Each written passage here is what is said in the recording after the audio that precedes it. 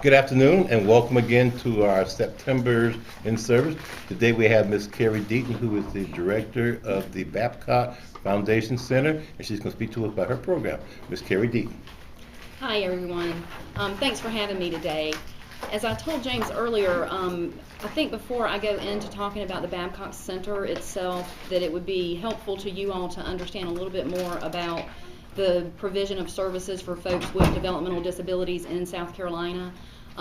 Babcock Center serves individuals with mental retardation, autism, head and spinal cord injuries, and related disabilities, which would be things like cerebral palsy. We operate under the umbrella of the South Carolina Department of Disabilities and Special Needs. And that's why I think it's important for us to go through this so you kind of understand how all of these agencies interact with one another, and you would be able to help folks navigate this system. The Department of Disabilities and Special Needs is over all of the county disabilities and special needs boards, as well as provides supervision to the private providers, of which Babcock Center is one. So basically what happens is folks who are being served by DDSN, all of the money funnels through DDSN and funnels down to the local disabilities boards and to the private providers. If you were to encounter someone in your roles as CASA volunteers who needed to get into the DDSN system, your first stop would be the local Disabilities and Special Needs Board, which would be the Richland Lexington Disabilities and Special Needs Board. At that point, they would hook them up with an intake worker who would take them through the eligibility process with DDSN. And then once they became deemed eligible for DDSN services, they would be assigned a service coordinator who could then assist them in navigating, getting the various services that they need. And that's where Babcock Center and the other providers would come into play. Babcock Center is the largest provider of services to folks with disabilities in our state. We've been around since 1970, so we've been here a long time. We have 56 residential locations in Richland and Lexington counties, and we have 7 day programs. We primarily serve adults simply because the school is supposed to provide services to folks until they're 21 years old. So at that point, they would come into our day programs for vocational training. And as I was telling James a little bit ago, we have in the past served children in our residential programs, but it's just very difficult to try to house adults and children together, even though we're talking about folks with developmental disabilities. So we tend to shy away from serving children. But again, it's important for you guys to know about this because you may be interfacing with families who have adults with disabilities in the home, which is adding to the stressors of the parents or the guardians of the children that you're trying to help. Babcock Center, our primary goal is to help people reach their potential, and that's basically our mission statement. And the way we do that is by providing training. In our residential settings, we have various levels of residential settings that go from our ICF MRs, which are very restrictive not restrictive in the sense of, they can't come out of their room, but they're considered a more restrictive setting because they're more akin to an institutional setting than others. In the ICF, these facilities are licensed by DHEC. They are typically for folks with severe to profound disabilities. Hello. Certainly. That's okay. And they're typically 8 beds. Generally, the folks in these facilities need a higher level of supervision. They need more intensive care with their physical needs. And there's also nursing services provided in the ICFs. In our ICF homes, the nurses must administer the medication. The direct care staff are not able to do so. Our next level of residential services is the community residential care facility, which is just kind of a step down from an ICF. These are still folks that require a good bit of supervision and assistance and care, but the regulations are a little bit less stringent than an ICF. But those facilities are also licensed by DHEC as well. Then we move on to our CTH2 setting, which is the majority of the homes that we have are community training home 2s. And in those facilities, we serve a variety of people, some of which are people who could possibly be served in an ICF. But again, they're homes within the community. You probably ride by Babcock Center homes all the time and don't even know that that's a Babcock Center facility. I was just saying, we've spent a lot of time over the years trying to make Babcock Center transparent in the community. And we've done a very good job of it, because a lot of people don't know who we are or where we are. And they hear the word center and they automatically think that we're one location, and when you tell them that we have 56 homes, they kind of go, wow, you know.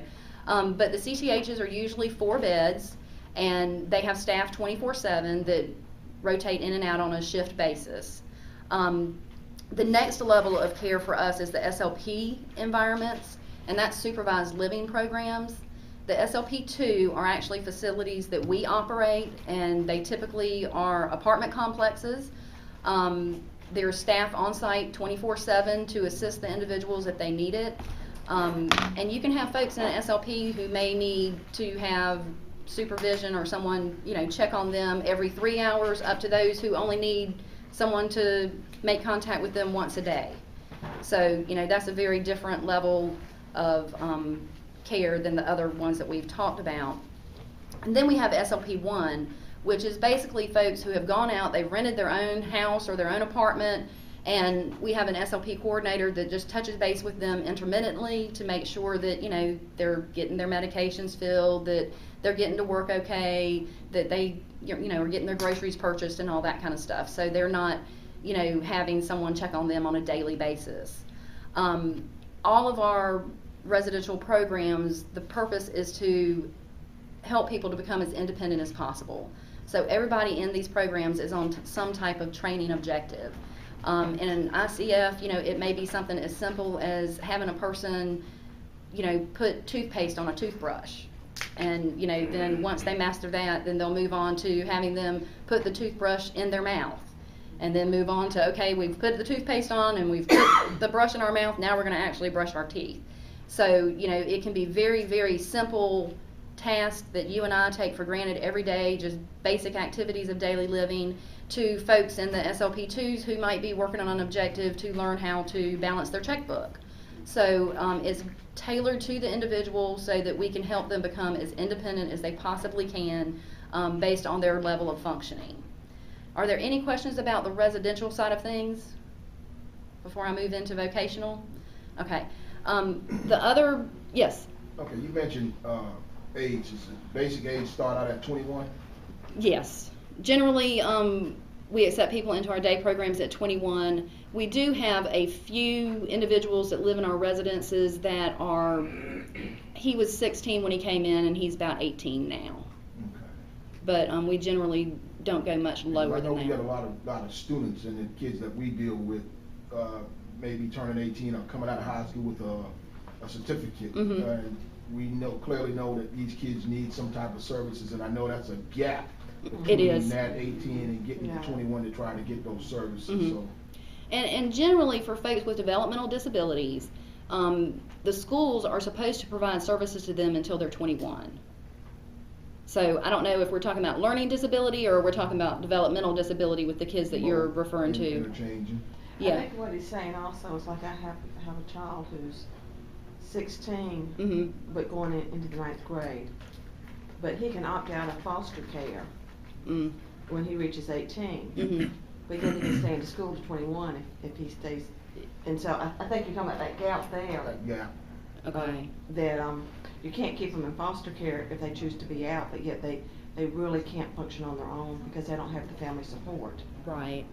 Right. Like I said, we have in the past, in certain circumstances, taken, you know, that 16 to 18-year-old range, and that would just be something that would be on a case-by-case basis with the department and whatever provider was being pursued for that person. What if you have a child that, or I say a child, an older youth, maybe 16 years old, who has somehow fallen through the cracks in the school system, and you encounter someone like that who hasn't been able to access school services, and maybe they dropped out of school at this point, but you know that they need services through the Department of Disability and Special Needs. Maybe they're autistic, and for whatever reason someone did not pick up on that. What is the qualification process to be admitted into your program, whether it be residential or to get some sort of assisted living care for that person. Okay. The first stop would be that local Disability and Special Needs Board, which in our area is the Richland Lexington Disabilities and Special Needs Board. And that's off of Hardin or Colonial, is it that main building? Greystone. No, it's Greystone, and they've just moved. They were right there by the zoo, and they've just moved to the R.L. Bryant building. Do y'all know what I'm talking about? Sure. On Greystone Boulevard. They just moved there. Okay. But that would be where you would go first, and get talking to an intake worker who would walk you through that entire process of getting that person deemed eligible for services through DDSN. Yes, sir. Just an interesting twist, a question I had about budgetary type restraints. Mm-hmm. I mean, it's in the days and times we live in, I know it's affecting everybody. Has it negatively impacted you guys at all as far as the clientele in which you serve? And No. also the higher volume of clientele that are not in RTFs now? Well, it has not affected the folks that we support, and we have worked very hard in ensuring that. We have had reduction in force. We have reduced the number of holidays that we get. They've kind of whittled away a little bit at our health care plan. I mean, everything that we could possibly do to prevent having to tell someone, you can't have services anymore because we don't have funding for you. The department has done some things as well. Right now, pretty much all residential beds are frozen. So, the only way that someone can move basically is if they already have funding. Maybe I need to explain that a little bit. Yeah. What happens with the Department of Disabilities and Special Needs, when someone becomes deemed eligible and they become part of the DDSN system, every person in the system is assigned a band. And it's like A through E are the bands. And each band has a certain dollar amount attached to it. And so when they evaluate the person and what services that they're going to be receiving and their needs, then they determine what band level that person needs to be at to receive the services that they need to be supported. Whatever provider that they then choose to receive those services with, DDSN funnels that band money down to that provider in order to provide those services to that individual. So since there's no new money out there right now, pretty much only people that already have funding are able to receive services. Does that make sense? So you're taking no new clients? Hmm? So you take no new clients? Well, or? what happens is, there's movement within our system. Right. So, someone may be living up at the Greenville County Disabilities Board and decide that, their family's moving down here and they want to come to Columbia too. And so then they'll start pursuing to see if there are any available vacancies within our area. And so that's how we kind of are able to fill some of our vacant beds. The only people that DDSN is admitting right now is what we call critical waiting list folks. And those are folks who are in dire straits. They're in danger of being abused or they're in danger of being homeless. So, they are serving those people, but not the other waiting lists that are just, okay, we're sort of starting to age and we have our son with a disability living with us and we really think that it's time for him to move into his own place before something happens to us. So a child who's been in foster care and is aging out and has no family support would be considered probably being homeless? Would probably fall under that critical waiting status, yes. And again, it's a case-by-case basis. Yes, sir? But most of those times, those kids would have already been involved with DDSN or MTS or some of the agencies. So it's not like you turn 21, you start making a referral. If I'm understanding you correctly, though, you're not taking new residents if they're not. If they're not already in the system, They're or not unless Okay. they're... So the children in foster care, they're Mhm. not necessarily there for in the residential. And what would happen, what I would hope would happen with a good service coordinator, if a service coordinator had a child on her caseload that was, in that situation, the hope would be that there would be enough forethought to say, okay, we need to go ahead and get this person on the critical waiting list before this happens and have things in place when they age out of foster care. And I can't remember, it's been a long time since I've been a service coordinator, y'all. I can't remember, I think that foster care is primary with case management. over DDSN. Right. So, you know, in that situation, that would be the foster care case manager would need to be interfacing with the service coordinator to work on that transition from foster care case management to DDSN case management. Does that make Right. sense? Mm-hmm. Okay. But that's kind of how our system works. And, you know, we are serving new people if they're in a situation that they absolutely have to be admitted into services. But, yes, the budgets have had effects, and we're actually bracing for another huge cut in the next fiscal year that is going to be bad. I guess just to kind of follow up, one of the reasons why I asked you that was because mental health is having, I know, financial issues as far as the amount of patients that they're either committing or letting out early. Right. So, I mean, it has to negatively impact y'all at some point, because we have a whole lot of people with mental health issues that need to be institutionalized that are just walking around free society. Right. Right. You know, I think some of the difference is the folks that are already in our residential facilities, you know, if it, worst case scenario came down to that we were going to have to start closing houses and sending people home, you know, obviously we're not going to send someone who's profoundly mentally retarded out into the street and say, okay, go have at it, you know. So, you know, we have a obligation as a state to ensure their health and safety. But certainly, you know, folks that have families that are involved, and, you know, those would probably be the folks that we would say to them, you know, you've got to go home, you know. I hope it doesn't get to that point, I really do. But, you know, like I said, obviously if it came to that, we would be looking at the people who don't have anyone out there that's going to help them and take care of them versus those who do have some natural supports that are available. So, good question. I'm just going to go into vocational supports just a little bit so that you guys are aware of that as well. In our vocational supports programs, obviously vocational, our primary goal is to get people employed in some capacity in the community. And we do that in several ways. We have our day programs in which people come to the day program, and when they enter the day program, they're assessed, and we determine what category of day services they need. And it may be employment and career preparation, so folks who are, you know, a little higher functioning, that we can work on them with some work habits and work skills and staying on task and, you know, proper workplace etiquette, that kind of thing. What's the assessment based on? How do you do that? They have an assessment that they fill out that has all kinds of questions about vocational skills, and they'll sit and talk with the person to find out their knowledge of workplace type. I don't know if they use the Becker anymore. It's been a long time since I've been involved in the day program, but they used to use the Becker work adjustment scale, which just Like a skill assessment? Yes. Okay. Yes. But, you know, based on that assessment, then they determine, you know, is this person capable of learning vocational skills. There's also what we call community services, where they may need the basics of learning how to go out in the community and go buy a hamburger and pay for it and get change, how to use a vending machine, that type of thing, how to access recreational and leisure services within the community. And then we have what we call Day Activity and Support Center, which is basic self-help ADL kind of skills. Sort of a carryover of what they're working on in the homes. So that's kind of the things that take place within the day programs.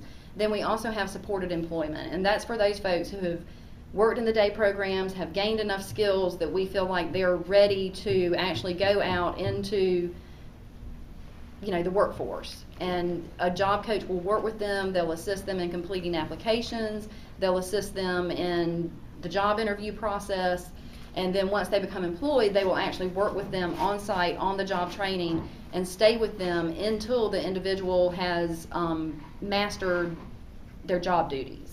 And then at that point, the job coach will slowly fade out, so that the person is then independently employed without having the assistance of the job coach there.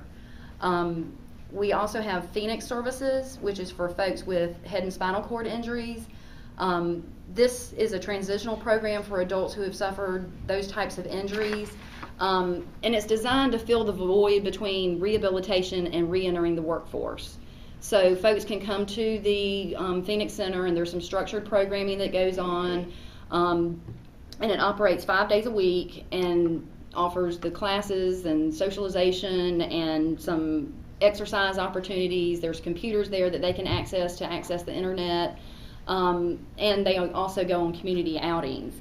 And also with the Phoenix Center, we have what we call the Vocational Interest Program, which is similar to Job Coach but different in that the workers who work in that program are just kind of helping them to reintegrate into normal life. So it may be assisting them with vocational stuff just like a Job Coach would do. It may be helping provide socialization, helping them to learn how to, go out into a group of people and socialize normally again, and other services that are based on the needs of the individual. And that's pretty much our vocational programs. Yes. Where is that located? Phoenix Center. Phoenix Center is located right off of Laurel Street, going towards UG, and it's on the right, Okay. past the post Is that office. somewhere I could like go and see it if I want to? Sure. I'll give you a card, and you Okay. can call me, and I can arrange Okay. for you to go out there and visit it. Yeah. Okay. But it's just right down the street. The other thing that I wanted to tell y'all about, because this is something that would possibly be something that for your children that you're supporting if they had any kind of disability, could benefit them. The Babcock Center Foundation operates the pooled trust. And basically what the Special Needs Pooled Trust is it allows, let's just say for instance, somehow or another a child were to receive some sort of inheritance or something, and they're receiving government services like SSI or Medicaid. Well, obviously that large sum of money could possibly affect their benefits, and we don't want that to happen. So what the pooled trust allows is for them to place that money into the pooled trust, and then it's no longer viewed as a countable resource when looking at government programs. So it's a benefit for the people that are part of it. To participate in the pooled trust, they have to have a disability that's recognized by Social Security. There are restrictions for people that are over 65, but you may not have that situation to worry about unless it were a caregiver that you were talking about. And what happens is when they enter into the trust, a sub-account is created for each individual in the trust, and then the monies are pooled for the purposes of investment. So, the unrealized gains and losses and all that is kind of distributed, prorated among the participants in the trust. There's an initial minimum deposit of $4,000 to open a sub-account, and there's a one-time setup fee of $1,000, which is paid to the foundation. Again, some of the benefits are that it's not considered an accountable resource for government programs. The funds are for the sole benefit of the participant. So a lot of people get confused and they go, okay, so it's pooled, so that means that, Johnny over here can get my money and use it for him? No. I mean, each person has their own separate sub-account, and no monies can be pulled from another person's sub-account for another participant. And the funds can be used in a variety of ways. We have folks that use their trust to take vacations, to, pay cable bills, and, the only thing that it cannot pay is it cannot pay for food or shelter. So you can't use monies from the trust for that. And we have had situations where someone has gotten a lot of money, and before they've just put the excess into the trust, they've purchased anything like that they needed to prior to going into the trust. Obviously with regard to their Medicaid benefits and other benefits to ensure that those assets don't hurt them. Disbursements can be made on a weekly basis, so if someone needs money every week for going to the baseball game, they can request it every week if they want to.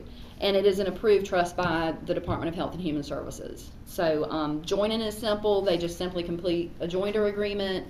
We do caution folks that the joinder agreement is a legal document. You're not required to have a lawyer to implement it, but we do encourage folks, especially if it's a large sum of money, to consult with legal counsel before they enter the trust. And then exiting the trust, generally, once someone's in the trust, they can't exit the trust. They can't just say, well, I don't want to be in the trust anymore and I want to take my money out. They can transfer their money to another qualifying trust, or obviously they exit the trust when their sub-account becomes exhausted. And that's really all that I have. Does anyone have any questions about Babcock Center, about the trust, DDSN, anything that I can try to answer for you? I'm still a little confused. Let's say that you have a child that already gets SSI. Mm-hmm. So now they're going to have to go through the whole process of going through DDSN, so that when they become an adult that they can get the services? If SSI and DDSN services are separate. Okay. So, just because they're receiving SSI does not necessarily mean that they are in the DDSN system. So yes, they would have to go through the local DSN board to go through the eligibility process to be deemed eligible for DDSN services. And back to when you were talking about the apartment living, Mm-hmm. those that maybe just need somebody to check on them once a day or once a week or whatever. Mm-hmm. Do they get, does the client get, besides their SSI, do they get any other kind of financial benefits? Or, are they paying for their apartment? Yes. And which could eat up all of their SSI, or is there other money coming? No, pretty much their benefits are what pays for their apartment and their groceries and their living. So no, there are no funds that Babcock Center gives to them for their living expenses. And the funds that we get for those folks are simply the funds that we get for the services that we provide, which is the assistance of doing training with them and, making sure that they're healthy and safe and, doing what they need to be doing. But I'm assuming that at certain levels, the SSI check goes to pay for the services of Babcock. Yeah. And then there's additional, are you talking about there's additional money through DDSN? Or is there, that's what I'm getting to the funding part, as far as, I understand their SSI would go there to help with their living. Okay. But is there additional money, not that necessarily goes to them, that goes to provide services for them? Yes. Okay. That's what I was talking about when I was talking about the bands. Mm-hmm. So the bands that we receive for providing services to individuals are for the services that they're receiving. It's for their therapeutic services. So their training that they get, the supervision, that. Okay. Yes, their SSI does go to pay for their room and board. Right. Because room and board is not covered under the band system. So DDSN is just providing the services of, not Like, vocational or. right, it might be OT, but it might also be OT or PT Right. or something like that the person is receiving, and that's all included in their band that they're receiving. So yes, but their SSI, a portion of it does go to pay for room and board in those other facilities. Are there any other questions? I did bring some brochures and some information just so that you guys would have it.